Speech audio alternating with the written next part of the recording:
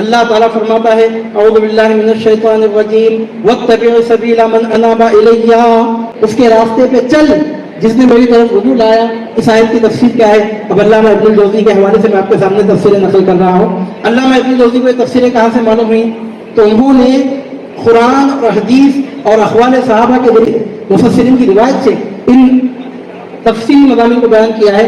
علامہ ابن الجوزی فرماتے ہیں بسم اللہ الرحمن الرحیم قولہ تعالی واتبع سبیل من اناب الی اے من رجع الی۔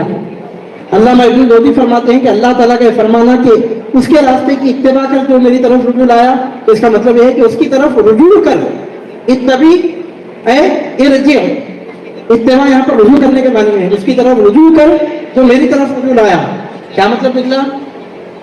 جو مجھ تک پہنچ چکا ہے تو اس تک پہنچ، جو میرے خود میں آ گیا تو اس کے خود میں آ جا، جس کو میں نے اپنا مخرب بنا لیا تو اس کو اپنا پیشوا بنا۔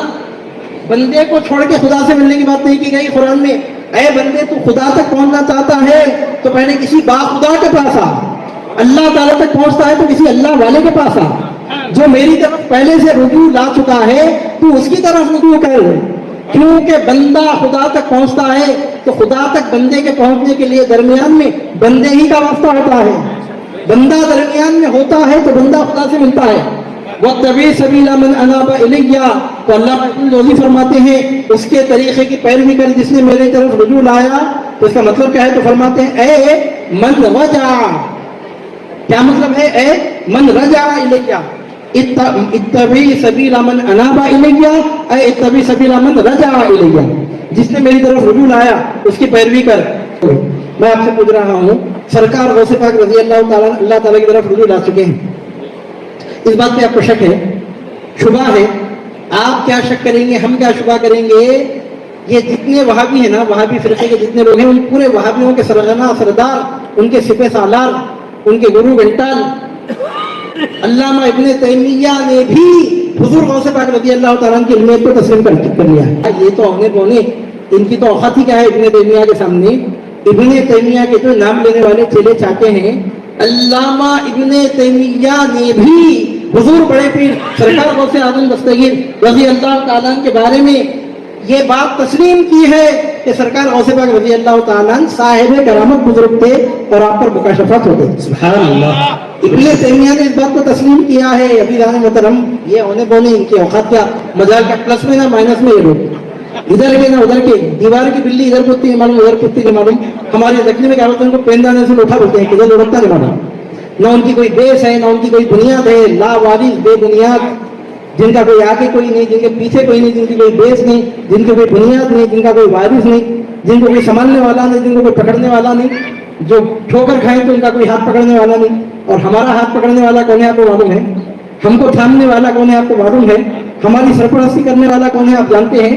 ہماری نگرانی کرنے والے کا نام کیا ہے آپ واقف ہیں؟ عزیزان محترم، ہمارے سروں پر جس کا ہاتھ اس طرح ہے جس طرح زمین پہ آسمان ہوتا ہے، وہ ذات گرامی وہ ہے۔ تو فرماتے ہیں کہ منصور کے دور میں کوئی ان کو تھامنے والا نہیں تھا۔ اگر منصور میرے زمانے میں ہوتے تو میں ان کو اس طرح تھامتا کہ انا الحق کے کلمات ان کی زبان سے نکل ہی نہ سکتے تھے۔ اگر میں ہوتا تو منصور کو ایسا تھامتا کہ منصور انا الحق نہ کہتے، ان کے زمانے میں کوئی تھامنے والا نہیں تھا۔ اب آپ مجھے اندازہ لگائیے کہ سرکار غوث پاک کو کتنا تھامنا آتا ہے۔ میں وانٹیڈلی نہیں بولوں گا، عمدن نہیں بولوں گا کہ منصور حلات کے زمانے میں کون کون صوفیاء موجود تھے۔ اگر میں ان کا نام لے کر اگر بولوں تو ہو سکتا ہے کوئی مجھ پر بدگمانی کر کے کہے کہ آپ ان کی بے ادبی کر رہے ہیں۔ میں بے ادبی نہیں کر رہا ہوں۔ سرکار غوث پاک خود فرمائے جو بھی تھے، جتنے بڑے اکابر اولیاء اللہ تھے، وہ ہمارے مقتدا، ہمارے پیشوا، ہمارے امام ہیں۔ ہمارا خود سلسلہ ان کے ذریعے جاری ہے جو دور میں تھے۔ لیکن عزیزان محترم، محمد رسول اللہ کے جانشین کی بات کچھ اور نہیں ہے۔ جو بھی تھے، جہاں بھی تھے، وہ تارے بن کے چمکنے والے تھے، لیکن بغداد کے افق سے طلوع ہونے والا تارا بن کے نہیں چمکا، صبح قیامت تک کے لیے بدر کامل بن کے آسمانی ولایت کا چاند بن کے چمک رہا ہے۔ رعایا میں وزیر ہزاروں ہو سکتے ہیں، بادشاہ ایک ہوتا ہے۔ حضور سرکار غوث پاک رضی اللہ تعالیٰ ایسے تھامنے والے ہیں۔ عزیزان محترم، میں آپ کے سامنے عرض کر رہا ہوں، یہ موجودہ زمانے میں جو بدعقیدہ فرقے کے لوگ ہیں، جو اپنے آپ کو سنی کہتے ہیں، اہل سنہ کا ایک پارٹ بتاتے ہیں۔ اب نام اگر لے کر بولیں گے تو آپ تبلیغ جماعت والوں سے پوچھیے آپ سنی ہیں کہ نہیں، تو بولتے ہیں کہ ہم سنی ہیں، شیعہ نہیں ہیں۔ سنی ورسس شیعہ ہے، وہ بولتے ہیں کہ ہم سنی ہیں۔ آپ فرقہ اہل حدیث کے لوگوں سے پوچھیے آپ سنی ہیں کہ نہیں ہیں؟ بولتے ہیں نام نحن اہل السنہ، ہم نحن السلفیون، ہم صحابہ کے طریقے پر ہم سنی ہیں۔ آپ پوچھیے جماعت اسلامی سے، وہ لوگ بھی دعویٰ کرتے ہیں کہ ہم سنی ہیں، ہم شیعہ نہیں ہیں، تو اس میں دھوکہ نہیں کھانا ہے۔ وہاں پر سنی کا جو لفظ ہے شیعہ ورسز سنی ہے، شیعہ ورسز سنی ہے وہ، تو جتنے لوگ اپنے آپ کو شیعہ ورسز سنیوں کے حلقے میں رکھ رہے ہیں ان میں سے تو کسی کی اوقات ہی نہیں ہے کہ حضور غوث پاک رضی اللہ تعالیٰ عنہ کی عظمت کے خلاف کوئی بات زبان پہ لائے، ان کی مجال ہی نہیں ہے۔ کیوں؟ اس لیے کہ جتنے فرقوں کے جتنے لوگ ہیں نا، ان فرقوں کے جتنے علماء ہیں، ان سب سے بڑے ان کے عالم، ان کے امام، ان کے پیشوا، ان کو پورا سبق پڑھانے والے، جن کو خود اپنا ہیرو مانتے ہیں، وہ ہے علامہ ابن تیمیہ۔ علامہ ابن تیمیہ نے جب گھٹنے ٹیک کر میرے پیر کی عظمت کو تسلیم کر لیا تو ان مسخروں کی اوقات کیا ہے؟ یہ آنے بولتے یہ تو نہ پلس میں ہے نہ مائنس میں ہے، ان کا شمار کیا ہے، ان کا منہ کیا ہے، ان کی مجال کیا ہے، ان کی اوقات کیا ہے، ان کا پورا بھرم جس پہ قائم ہے وہ ابن تیمیہ سر جھکا کے گھٹنے ٹیک کے تسلیم کرتے ہیں کہ سرکار غوث پاک رضی اللہ تعالیٰ نہ صرف یہ کہ بہت بڑے مسئلے ہیں بلکہ فرماتے ہیں کہ ابن تیمیہ نے بھی اس حقیقت کو تسلیم کیا ہے کہ سرکار غوث پاک رضی اللہ تعالیٰ نے خدا رسیدہ بزرگ، صاحب کرامت، صاحب الہام بزرگ ہے۔ عزیزان اب جماعت اسلامی والے نام لیتے ہوں گے ابو الاعلیٰ مودودی کا۔ ابو الاعلیٰ مودودی کدھر؟ علامہ ابن تیمیہ کدھر؟ علامہ ابن تیمیہ ابو الاعلیٰ مودودی سے بہت بڑے عالم ہیں۔ اگر کوئی مسلک دیوبند سے تعلق رکھنے والے میں نام لیتے ہوں گے اشرف علی تھانوی صاحب کا، قاسم نانوتوی صاحب کا، ان کے اکابر کا، میں آپ کے سامنے عرض کر رہا ہوں جتنے ان کے اکابرین ہیں نا، دنیا ان سے بہت بڑا عالم مانتی ہے ابن تیمیہ کو۔ اگر وہ فرقہ اہل حدیث سے ہوں گے تو نام لیں گے اپنے پیشواؤں کا، نواب صدیق حسن خان بھوپالی کا، مولانا ثناء اللہ امرتسری کا، یا کسی اور کا۔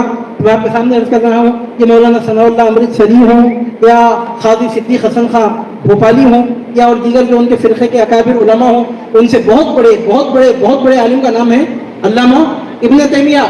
میں آپ کے سامنے عرض کر رہا ہوں کہ ابن تیمیہ سے بڑا عالم اہل دیوبند کے پاس بھی نہیں ہے، جماعت اسلامی والوں کے پاس بھی نہیں ہے، اہل حدیث والوں کے پاس بھی نہیں ہے۔ ان کے پاس جتنے علماء ہیں سب سے بڑے عالم ابن تیمیہ ہیں۔ اب آپ بولیں گے کسی کے پاس نہیں تو پھر آپ کے پاس ہیں کیا؟ یقیناً ہے۔ اگر تمہارے پاس ابن تیمیہ ہے تو ہمارے پاس عبد القادر الجیلانی ہے۔ ہمارا بھروسہ ابن تیمیہ پہ نہیں ہے، ہمارے علم کا ماخذ ابن تیمیہ نہیں ہے، ہمارے علم کا وسیلہ ابن تیمیہ نہیں ہے، ہمارے علم کا وسیلہ پنجتن پاک کے جانشین ہے، مطلق نائب مناب، گلشن فاطمۃ الزہرا کے مہکتے ہوئے پھول، امام حسن مجتبیٰ علیہ السلام کے فرزند، ننیالی نسبت سے امام حسین علیہ السلام کی پوری وراثت سے مشرف ہونے والے امام حسین کے وارث، پنجتن پاک کے وارث، فاطمۃ الزہرا کے گھرانے کے نمائندہ، محمد الرسول اللہ کے اہل بیت کے ریپریزنٹیٹیو سرکار غوث پاک رضی اللہ تعالیٰ ہمارے پاس ہیں۔ جب غوث پاک ہمارے پاس ہیں تو دیگر اس قسم کے ناموں کی ہم کو ضرورت ہی نہیں ہے۔ جہاں سورج نہیں نکلتا ہے تو وہاں چراغ جلایا جاتا ہے، موم بتیاں جلائی جاتی ہیں، شمعیں روشن کی جاتی ہیں، ڈے لائٹ لگائی جاتی ہے۔ جہاں سورج نکل چکا ہو وہاں جا کر اگر کوئی موم بتی جلانے کی کوشش کرے اس کو پاگل کہتے ہیں۔ اگر یہ جلسہ دن میں ہونے کا رات کو ہوتا، یہاں پر اگر ایک لائٹ لا کے لگائی جاتی، وہاں پہ ایک لائٹ، وہاں پہ ایک لائٹ لگائی جاتی تو دیکھنے والے بولتے کہ واقعی انتظام بہت اچھا ہے۔ یہ دن کے اجالے میں اگر کوئی عقل مند لا کر وہاں ایک اگربتی، موم بتی اگر روشن کرے تو دنیا اس کی صورت تو اور سے دیکھے گی کہ اپنی جگہ دماغ سلامت ہے کہ نہیں ہے، رات کو نیند ہوئی کہ نہیں ہوئی، دھوپ زیادہ لگی کیا، دھوپ میں زیادہ پھرے کیا، یہ بات آتی ہے۔ عزیزان محترم، وہ ابن تیمیہ ہے، وہ فلاں ہے، وہ امک ہے، وہ جمک ہے، وہ تمہارے گھر کے علماء تم کو مبارک۔ یہاں سورج نکل گیا ہمارے پاس فاطمہ الزہرا کے خاندان کا، یہ اپنی موم بتیاں لے جا کر اپنے کمروں میں جلاؤ، اپنے چراغ لے جا کر اپنے کمروں میں، اپنے حجروں میں روشن کر لو۔ ادھر کدھر، یہاں حسن مجتبیٰ کا فرزند دلبند 12 اماموں کی جانشینی کی وراثت کا حصہ لے کر محمد الرسول اللہ کا جانشین بن کر باب العلم علی المرتضیٰ کی مسند پہ محمد الرسول اللہ کی جانشینی کا تاج پہن کر غوثیت کبریٰ کے مقام پہ فائز ہو کے اس اعلان کے ساتھ جلوہ فرما ہے، خدمی حاضی علی رقبت کل ولی اللہ، میرا یہ ختم اللہ کے ہر ولی کی گردن پہ ہے۔ اگر کوئی ولی ہے تو اس کی گردن پہ غوث اعظم کا ختم ہے، اگر کسی کی گردن پہ غوث اعظم کا ختم نہیں ہے تو غوث اعظم کو پیدا کرنے والے کی قسم وہ ولی ہی نہیں ہے۔ اگر کسی کی گردن پہ سرکار بڑے پیر کا ختم مبارک نہیں ہے تو ولی ہی نہیں ہے۔ سرکار غوث پاک رضی اللہ تعالیٰ کی عظمت کا انکار شیعہ ورسز سنی میں جتنے خانوں کے لوگ ہیں نا، موجودہ زمانے کے لوگ یہ ہونے بنے، یہ مسخرے نہ پلس میں نہ مائنس میں ہوں، ان کے پورے علم کی عمارت اس بنیاد پہ قائم ہے۔ ابن تیمیہ نے سر جھکا کر عبد القادر الجیلانی رضی اللہ تعالیٰ عنہ کو بھرپور خراج عقیدت پیش کیا ہے۔ سرکار غوث پاک رضی اللہ تعالیٰ عنہ کی کتاب ہے فتوح الغیب، اور اس کتاب کی ٹاپک کیا ہے آپ کو معلوم ہے؟ اس کتاب کی تاریخ ہے خالصتاً تصوف، pure and sure and originally purely تصوف کے موضوع پر کتاب ہے، خالصتاً تصوف کے موضوع پر ہے۔ اب آپ سنیں گے تو آپ سمجھ جائیں گے شاید، فتوح الغیب شریف کے جیسی کتاب کی مکمل شرح علامہ ابن تیمیہ نے کی ہے۔